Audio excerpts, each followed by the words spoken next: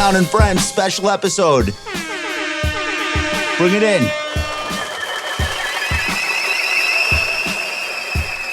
All right. So, Mike, I think you're going to host this episode. Okay. And I think that's appropriate. Okay. Okay, let's go. All right, we are super excited today to be joined by DK Metcalf and Joe McLean. I'm going to give an intro for you guys. I'm going to read. It's going to be awkward. Just stay with me for a second.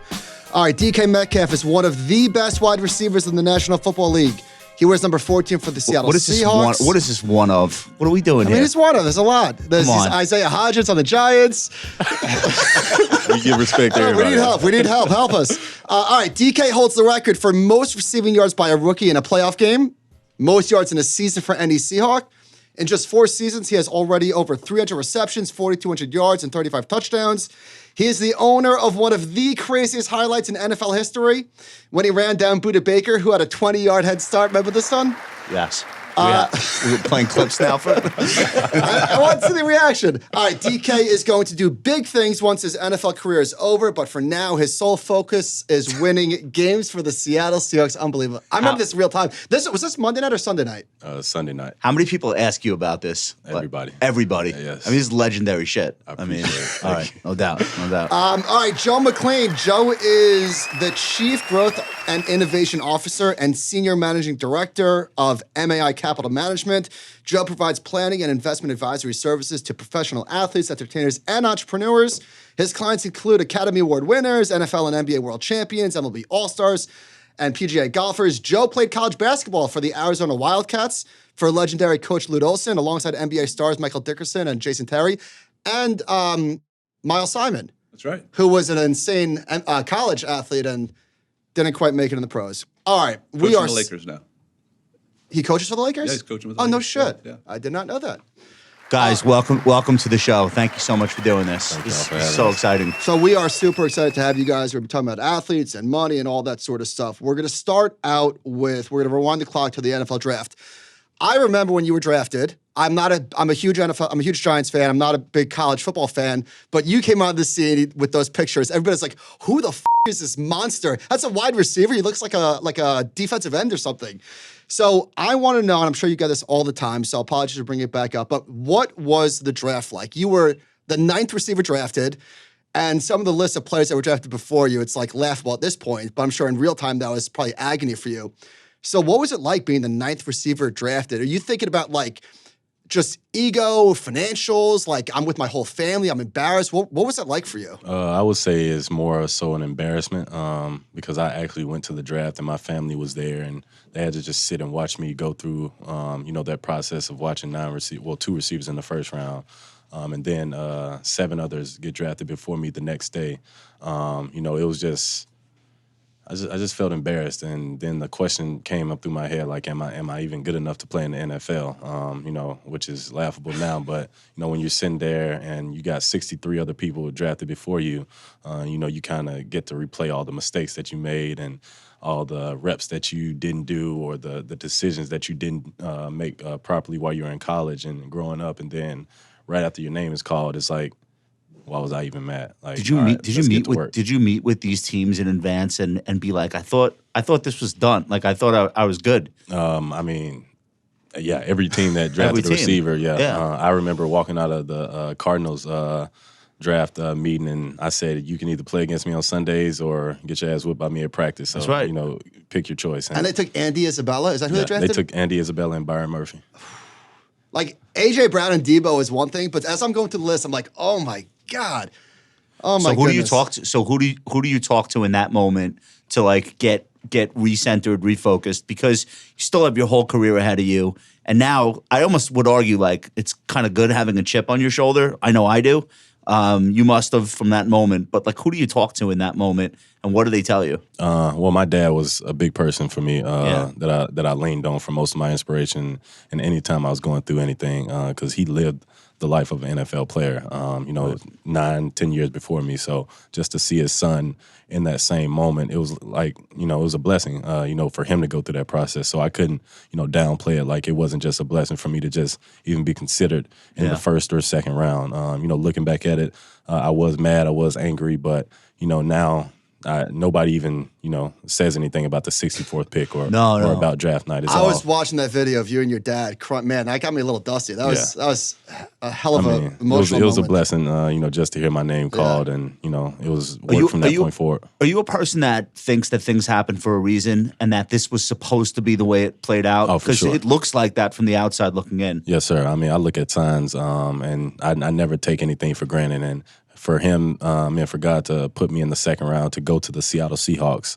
And I was just looking at my meetings the other day, actually from the combine, and the Seattle Seahawks I met on a Wednesday, and that was the only meeting I had that day. Okay. And it was the best meeting that I had. Okay. And then for them to take me, it was like, a breath of fresh air. And when I got up there, it was just work time. So what is it like at that stage? Like, I'm curious, a lot of questions for you. I'm curious what it's like being a 20-year-old kid going to a new city. But before you get to Seattle, what is the process like at that stage of, do you find an agent? Is the agent setting up those meetings? What is the negotiating like? Like, can you negotiate with an agent? Like, what is that whole process like? So I didn't meet with, I didn't negotiate any of my agents. I met with, my dad talked to all of the agents and then filtered out everybody. And I signed with my agent my last year, like middle of the season of my last year of college. And then the next meeting I had with them, I came in with a neck brace on because I broke my neck my last year of college. Yeah. And the first words they said to me were, if you don't come out this year, we'll still take you next year. And that was like a sigh of relief because they bet on me and they believed in me. So, I just went with those guys because to see me at my lowest point, they still had confidence in me that I was still going to be a great player. Because it didn't have to turn out with an injury like that. Exactly. It didn't have to turn out that way. Yes, sir. But so Okay. you're 20 years old, you're going to Seattle. I think as sports fans, we forget like how young these kids are. Like, it's crazy to me that you're so much younger than me because you're such a grown man and you're a professional athlete. But you're 20 years old, you're getting to Seattle. What is that like? I just I hope you like seafood. right. I love sushi, so it was a good match. But That's good. the first people I met when I got to the locker room were Russell Wilson, Dwayne Brown, and Tyler Lockett, and Bobby Wagner. So I just started to surround myself with people that were, successful and at a level of playing that I wanted to get to. So I just started to mimic their every move. Bobby Wagner must have been so important to you. Oh, yeah, for sure. In that time. Yes, sir. Okay. And, having him back now is just even bigger because having somebody of that caliber to mimic and look at and not just see, how he carries himself on the field but off the field is just like big for me because, I'm just trying to mimic his every step because he's a 10-time All-Pro, Pro Bowler. So Still doing it. Exactly, and that's exactly where I'm trying to get at. So I'm curious, before we get into some of the money stuff, how did you meet Joe? I met Joe through a referral. So I was switching financial advisors, and a good friend of mine referred Joe to me and sat down on the call with him. I was sitting in Arizona, and I specifically asked him, I said, I don't need anybody just to manage my money. I need somebody who's going to teach me along the way. And he said, all right, I got you. And he never wavered from that promise. And, he's still sitting right here beside me today as, not only a financial advisor, but a business partner. So, I take that relationship very seriously, and he does too. And, he sees how great I can be. And he wants me to be great. So, I got to keep people around me that show me that level of respect. How common is that, what DK is talking about? Because I think in the public consciousness, when you think of like, oh, this guy's a financial advisor to athletes, he's probably saying things like, don't worry about it, I got it. Don't worry about it, I got it. And not so much in a mentorship role. Is what I'm saying like more of a stereotype than the reality, or are most of those relationships more like what I'm saying? I think I was like that early on. Like you were like, I'll handle it. I was Don't one of questions. those like, okay, I played professional sports for a second, got caught a lot, and then I went into the financial industry for 15 years, and then got into sports and thought like, okay, I have a 15-year head start on you. I got this information that I learned from other rich people. Just do this, right? And then I learned as some of the clients went from one contract to the next that I need to start listening to what they're doing because there's a lot of stuff I can learn from them. Okay. And then that's when it became more of a co-piloted relationship because for a while, I'll be honest with you, 10 years ago, I was trying to race ahead to whatever their next deal was. Like, what am I missing? What do I need to know as a young advisor? Because the money's going from $2 million a year to 10 to 20 to 50. Right. So how do I get ahead of it? And then I just realized as a teammate, just keep building the locker room around with good people. It doesn't just have to be me. It could be a bunch of other people helping educate too. So DK, your rookie contract being, I guess, towards the end of the second round was relatively modest. Still a ton of money, and I'm sure more money than you ever saw at a paycheck. But when you got your first paycheck, when you see all of the shit that's coming out from taxes to like equipment, whatever agent, and then you see what's left, do you remember what your first reaction was like when you got your first paycheck? Yeah, You called Joe. No, I called my agent directly. I said, "Hey, what is this, man? Getting robbed." Yeah, right. What is federal tax, or why am I paying 49%? Like, Yeah. and I just had a lot of questions. But to eliminate all those questions, I really had to educate myself on what was going on around me, to where I could capitalize on why I'm losing this money and how can I make it back, or how can I be better with saving my money for not only myself but for my family and my future. Do you think that's one of the things that most people misunderstand when they see whatever number your name is attached to, and they think like you just have that money? Oh, facts. Or yes. you're getting that money. They Yes, have no I mean, idea, right? You might as well cut that in half. Like, yeah, you got $80 million. Right. Hook me up. Is there anything that comes out of the paycheck that's like that the normal person wouldn't believe? Like, for example, I don't know, shoes, equipment. Who pays for all that? No, that doesn't come out of the paycheck. But the agent fees, Write for off. No write off. Right through. Yeah. Right through your bank account to theirs. What was the first big purchase that you made? After my rookie year, I bought a car Okay. for my birthday, Okay. and that was it. That was Okay. the only thing I spent my money on my rookie year. Okay. You're in Seattle, so probably not a convertible. No. Okay. No. Okay. So you're now 5 years into the league. I'm sure you've made some investments, some decisions that worked, some didn't. How is your thinking on money and what it does for you, and how you want to invest and spend it and save it? How has that changed over time? It changed because it went from like a transactional 1-year plan to a 10-year plan or a 20-year plan on how I could save my money and make my money work for me now, to where when I get out of the league or when I retire, it's a smooth transition to where I don't have to worry about a next paycheck. I just get to do the stuff that I want to do and help the people that I want to help. Yeah. So I don't know what the average NFL career is. I know for running backs, it's like 2.5 years or something.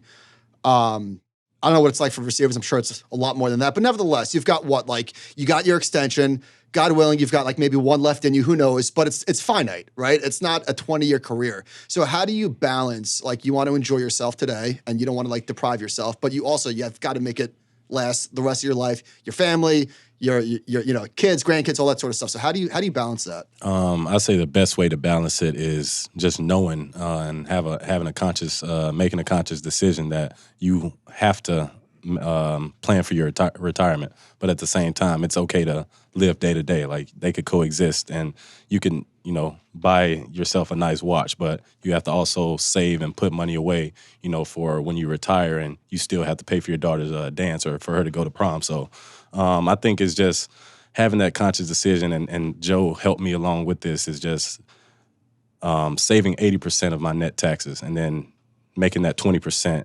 my investment money or my splurge money or my entrepreneurship money, and just having that conscious decision that 80% is working for me, sitting in a bank and collecting interest while, I'm out here and working from paycheck to paycheck, to where I don't have to worry about anything else, because I can go to sleep at night knowing that I still have 80% of my money in the bank working for me. So we live in an era now where the top tier athletes are not planning a lifestyle where they're going to live off their football or basketball money, but they're planning something much bigger than that. And the pro career on the field is just the springboard. And I think that's probably something that's just in the last 10 years. Like, I don't think that's something that really even existed. And you guys probably know a lot more about this than I do. But this idea of having a plan where football is included, football is not the main thing. First of all, I love that. But can you guys talk a little bit about the thinking behind how much bigger DK Metcalf, the business, could be beyond whatever happens in the next contract?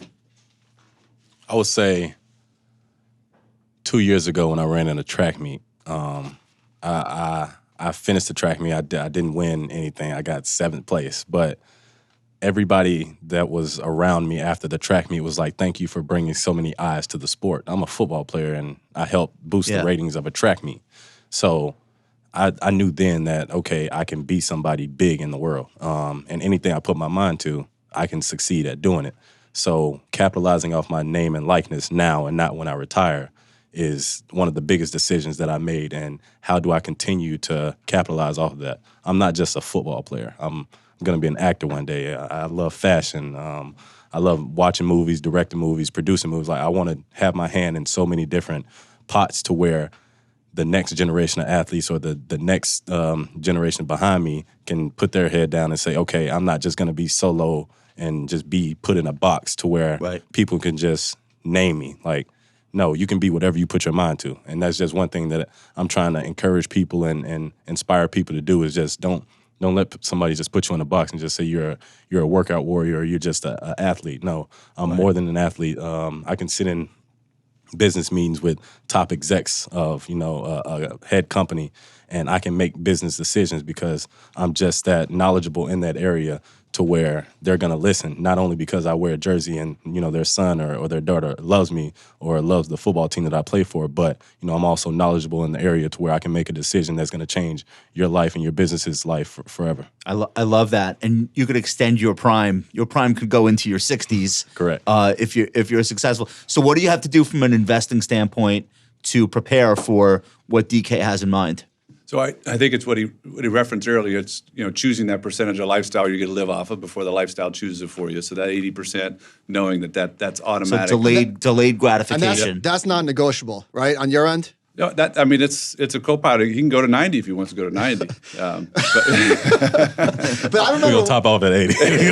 Joe, when we spoke to you years ago, we were like blown away that you are like so adamant that if your client's not serious about saving money, you're not going to work with them, period. Yeah, I got 3 kids, and you want to leave the house and do something that's meaningful and make impact. And so when you have people like DK that want it even more than you want it for themselves, then that's huge. And so it'll be a learning process. Clients who get it, regardless of walk of life or how they make their money, if they get it, they get it. And so it's got to be a mutual respect thing. And now, and so it can't be fear. You do this, you're going to go broke.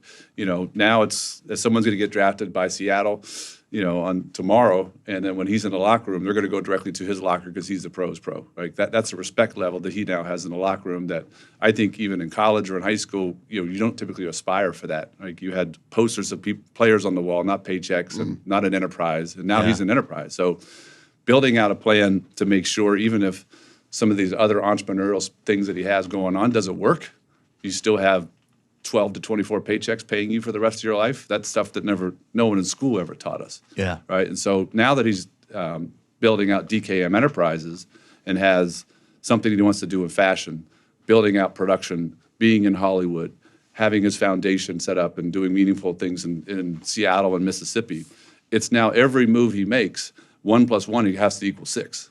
Yeah. Right. Don't be a pass-through entity, just doing a deal to get a check for 3 years. Yeah. Right. That's what a lot of athletes have done. Got to build equity. It's all ownership and equity, but That's right. It's something that we're doing. When they start developing the foundation, DK's going to have internship programs, and there may be some young African American young people wanting to get into design or in fashion. They're going to do internships through the foundation. His production company is going to develop their content, and then he'll be able to distribute that. If you're in movies, you can take the fashion and put that center stage. There's a lot of different things you can mix up together. What sort of movie guy are you? What's your favorite movies? Oh, I love horror movies. Okay. So, me, dude. I'm a big horror movie. He goes to the theater by yourself. By myself. Yeah, with popcorn and just enjoy See? it. Yeah. I told you I'm not a anybody else in the theater? Not just me. You still are. You still are. Go ahead. Joe, so you as DK's advisor, would you describe yourself as like the head coach, and then you've got lawyers, accountants, like as coordinators? Like, how does that relationship work? Yeah, because you guys talk about having a locker room, a professional locker room. Right. That's a really interesting concept. You want to be surrounded by players like away from sports that you feel a camaraderie with. So it sounds like you guys have assembled a much bigger team. The Avengers. So, all right. So tell us about the Avengers. It's ever growing. Like as DK knows, you always got to be in a room where everybody's smarter than you. Do you need a podcaster? Yeah, we're working on it. All right. No, but for real, like I'm just curious. Like, do you go to the ATM machine? Like, how does the life of somebody with money who is professionally, like, your life is sports, right? You have to be training. You don't have time to do like all. You're not going to the grocery store, I assume. Maybe you are, but yeah, okay. Yeah. But how does? I mean, the way I live my life, I don't try to like be above anybody. Like I'm still a normal person. I still go to the ATM. I still go to Target, do my Target runs or everything. But just knowing who you are, I think is a big part of who I am. Like I think the most dangerous person is somebody that you can't tell me who I am because I already know who I am. Yeah. So when I go out, when I go out in public, I mean, I just know who I am. Like if a kid sees me and recognizes me, yeah, I'm gonna stop and talk to him and try to inspire him and make his day. Like How was walking in New York City? I mean, it was 10 people. DK, I'm like, what's up, bro? What's up? How you doing? But I mean, just but try to put a smile on. that's also part of the brand, though, that Right. you're like that, and that's Exactly. what makes you an appealing brand, not just a famous athlete, but like people like that grounded, that groundedness that you're Right. talking about. I mean, yeah, if you can relate to somebody, then that just makes them that much more attractive, not only physically, but you can personally attract to somebody. right? So getting back to football, every year there's players that hold out. You see other people getting contracts. I forget. I think Debo did it last year. Can't remember what other receivers did it. But when you see people that you think that you're better than getting contracts, you like how does that make you feel? And do you yell at Joe or your agent? How does that work? No, you can't yell at anybody because your time's gonna come. If you deserve it, then it's gonna come. I can't look at Debo or AJ or compare myself to anybody because our walks of life are different and our paths to getting our contracts were different. But at the same time, we all had the same agent. We all were going through the same process together, but everybody got their bread at different times. And when you sign your name on that dotted line, nobody's thinking about, why'd you hold out or anything, because you've just changed your life and your family's life and trajectory of life forever. What's it like playing with Tyler? Like, what's that relationship? Oh my gosh. You guys God. really competitive behind the scenes with each No, other? not or? even competitive. He's like Okay. a big brother to me. must be so awesome. I love T. Like as soon as from the moment I got in the locker room, he was like, "Bro, I know they drafted you to be the number one receiver. Go be it." And Yeah. for somebody to say that to the a first rookie, thing he said? yeah, Yeah. I mean, like he has no hate in his heart, no ill will. Like he still teaches me stuff today. And when I'm watching film, I'll ask him questions about, "Hey, what'd you see there? Why'd you run a route like that?" Like Tyler's the most smartest, You guys- compassionate person I know. Let me tell you one other thing about Tyler. So Yeah. he was thinking about buying a condo in Seattle. He was, by the way, the first guy to sign a big contract and want to downsize. And so looking at a condo, and Tyler went out and has his real estate license. Have represented us looking at does? different stuff. I mean, when he came, he called us in advance, had 10 different properties. He gave me the market comparison of everything that's out there. There was one situation, I think it was like $100,000 above our budget, and he kind of pulled it aside. He's like, "I don't even want to show DK this because this is outside the budget. Is this okay? Do we move forward?" Like, I had never seen somebody take that type of time. He was there an hour before we even got there, just getting ready and prepping. And he's got a full-time job in the NFL. So Well, you pretty cool. two guys are terrorizing defenses. I was that gonna 1-2 ask, punch. Are you guys the best duo in the league? For sure, yes. sure. I mean, we're in Seattle, so it gets downplayed a lot. But I mean, yeah, I love T, and that's my road dog to the end. Like I'll fight somebody over Tyler, like for real. Who's number 2? Dolphins? Bengals? I mean, we don't worry about anybody. below us. Good answer. Yeah, Good We answer. don't worry about it. I heard you talking about, first of all, how great are the Seattle fans? Like, how awesome is that as like a football city? Yes, I mean it's a sports city from the Mariners to sure. the Storm. I Yeah. mean, back to us. If they get an NBA team, then I'll be. They need an NBA team. Yes, they do. That was Because that was those- highway robbery. Yeah, those fans. You might be ready to play on that NBA team. I saw you. I saw you jamming I mean, at a the celebrity little game. 10-day won't hurt. So I heard you talking about Seattle in terms of it almost being like you're a second home city for you. And I know you're really passionate about where you come from, but like tell us a little bit about what you love about the city itself and just being a part of it, living there. Right. I mean, growing up in Mississippi, I went to school 10 minutes from where I grew up and where I went to high school. So it was just my first time away from home. And, I didn't feel like I was away from home any. I go out and I eat at the local, Korean spots or get sushi at the local restaurants. And, nobody really bothers me. Like they'll say what's up and say hey and let me be. And that's what I live for is just peace and respect, and that's what they've shown me ever since I've gotten there. And on Sundays, they're cheering loud, and I haven't heard a stadium louder than the 12s in Seattle. So forgot it. Famous Yeah. for the 12th man. yes. When you were working out your deal with the Seahawks, how do you personally think about the guaranteed money versus betting on yourself with incentives? Football is a brutal sport in terms of there's a lot of power with the owners and unfortunately less so with the players. It's with the injuries, I get it. So how do you think about betting on yourself versus the guarantee? I would say I would take the guaranteed money because the only incentive I have is just being a great teammate, great locker room, personality for the team to play better. So, with anybody getting their contract or negotiating their contract, I would say get all your money up front because you never know when your last play is. So, after the guaranteed money, betting on yourself with incentives, only incentive I have is getting being a great teammate and winning the Super Bowl for the city. So that's the only, incentive I have. Geno Smith, holy shit. Holy shit. He was legitimately very good last year. There was some plays where he's making throws across the side. I couldn't believe it. He's been in the league for a while. He did a quick stint with the Giants. Obviously was drafted by the Jets. I did not see that coming. When did you know that he was going to have that type of season? When you sit behind a Hall of Fame quarterback, you kind of get a little motivated as to why I'm not playing. And when he got his shot, he just took full advantage of it. For anybody who's taking full advantage of their opportunity, of course they have to, get their payday as well. So congratulations to him on getting his bread. But he earned it. I think just being behind Russ and seeing how Russ operated and worked every day, he came in with that same mindset. He didn't mimic Russ, not one bit. He just did it his way and just gained the respect of the locker room one game at a time. And when everybody's seen how much hard work he put in and how serious he was about his craft and about the sport, it just changed everybody's perspective on him and how they viewed him as a football player and a man. Amazing how fast that could happen too. Exactly. He's like a journeyman for 10 years? Probably, right? I think it was 9th or 10th year, something like that. Joe, you have this great list, 50 reasons professional athletes remain wealthy. Mm-hmm. And as I was going through it, I was laughing at some of the things in here, and we won't read them all. But it occurred to me how relevant these things are, not just for professional athletes, but for everyone. Before we get into some of the items on the list, and I'd love for you guys to react to them, how did this come about? Is this just something that was in your head and you just said, let me write it? No, so this was years ago. I had probably got my 8th email from a media request asking, give me another horror story of someone going broke. Or the media bad loves that spending, shit, by all the this way. stuff. They want all the headlines. Yeah. And I remember I was sitting next to my wife, and I just got so pissed. And I opened a bottle of wine. I said, there's all these great reasons why people stay wealthy and why all the good things, because most of the guys are doing great things. So I just started rattling off things that I knew were working. And then I sent a group chat text, this is years ago, to every client. And it was crowdsourced, probably from 8 p.m. to 1 a.m. Oh, people were throwing out their ideas. And so a lot of them were common, but that's how we got to 50. Okay. 50 different. All right, so let's go through a few of these because I think some of them are. You can figure out which ones are mine personally too.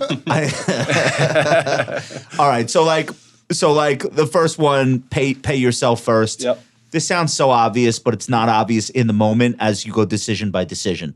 You could wake up and repeat that mantra to yourself, pay yourself first, but then people call you, shit happens. It's if you don't make that one automatic, it doesn't work. If you have to make a decision every month to then go pay yourself, so you got to find a way to online to make that automatic. Yeah. Don't take advice from poor people. Not poor in the pejorative sense, like it's a judgment.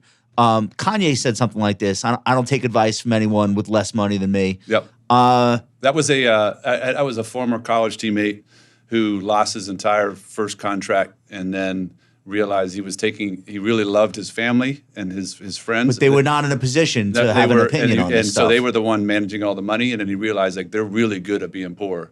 And so I've got to find a way to okay, so taking advice from generational wealth experts, again, sounds obvious, but if you're a football player, you just spent 3 or 4 years in college with tunnel vision, focused only on getting better, getting drafted. How do you know who's an expert and who's not? Everyone says they're an expert. So how do people follow that particular piece of advice? I think some of it is also going to teammates, been there, done that, getting outside of sports. So, there's a lot of even people wanting to get into financial management in sports because they love sports. It's that's irrelevant. What are you bringing from a different part of the industry that's very, very relevant? So, they have the chance to work with the owners and get to know them and those are all multi-generational type wealth, and so building that locker room. DK, he has number 12. They don't chase another dream; they live the existing one. How does that hit for you? Don't chase another dream, live the existing one. Be in the moment is what I got from that. Don't go basically living for other people. Live your own dream and your own aspirations, and don't try chasing anybody else's dream. Okay. 29. Hang on. They get their family out of debt before buying a gift. This seems like it would be something that comes up all the time. Yeah, I think because people want to do nice things for those around them. They just don't know what's the right thing to do. We just talked about it. Get your wife, get your mom a house and a financial plan, because if they don't have the financial plan, the house eventually goes away. So how do you get the first house that then leads to a bigger house? Okay, I like that. You're telling people to play golf. What's up with that? He still needs to. I know why he's saying that. A lot of business plans and but why is that? Why is that on the list? So learn to play golf. That a couple of things. It gets you out of your comfort zone. Especially if you've never grown up around the game, it puts you in a space where there's a lot of successful people and networking.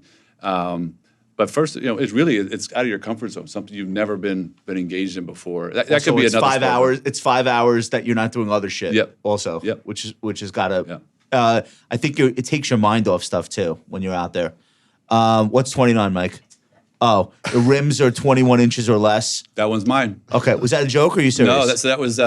What happens? So I was a whole financial wholesaler. 22, your plans blow up. 22 is get done. Think about it. So I had a 40 expedition. I had put 22s on them. I think I was 26 years old, feeling really good about it. They didn't have the camera back then, so you try to park. I curbed the wheel, cracked the rim. It was $2,500 to fix it. It's like never again. So a true pro is always 21 inches or less. You say they redefine the meaning of money. What does that mean? I think if you remember psychology, the Maslow's hierarchy of human needs, most of us are stuck in safety and security and just thinking about money as a form of payment to pay bills and get yourself out of debt, versus something that could be fulfilling yourself, self-actualization, helping other people. Most of the time, even if you're aspiring to be an NFL player, you're thinking about getting on the field, not the money comes with it. And then once the money comes with it, how do I think beyond just the materialistic things that come with it? DK, are you enjoying the off season? Oh, yes. Yeah? Yes, sir. You looking forward to getting back to work, or you're enjoying yourself for now? I'm already back to work. Yeah. So, yeah. When do they call you back? It's July or August? July. Okay. We have to go back in early June for mini camp. Okay. Back again in end of August. End of July, early August. So who's going to win the NFC West next year? I'm sorry, what? Who's going to take the NFC West next year? Why are you thinking about the NFC West? My mind's already at the Super Bowl. There we go. Well, you guys are awesome, and I know that you've been running around New York talking to a lot of people, so we really appreciate so much. I'm happy to be you here. coming through and talking to our audience, and you're very inspiring, and it's just an honor to meet you. Joe, you're okay. That's fine. No, you guys keep doing what you're doing. We're all learning from you it. guys are great, and just thank you for being outspoken on this stuff and just being another voice that's I think going to help to promote all of the right things about investing in finance. So thank you guys. Appreciate Really y'all. appreciate it. Really appreciate it. All right, this has been Joe McLean, DK Metcalf. Guys, make sure you hit the likes, you subscribe, you do all the things. We're gonna hit you up with a few. Appreciate. All right, and enjoy the Gummy Jolly Rancher. All right, fellas, thank you so much for joining us, and guys, we'll talk to you soon.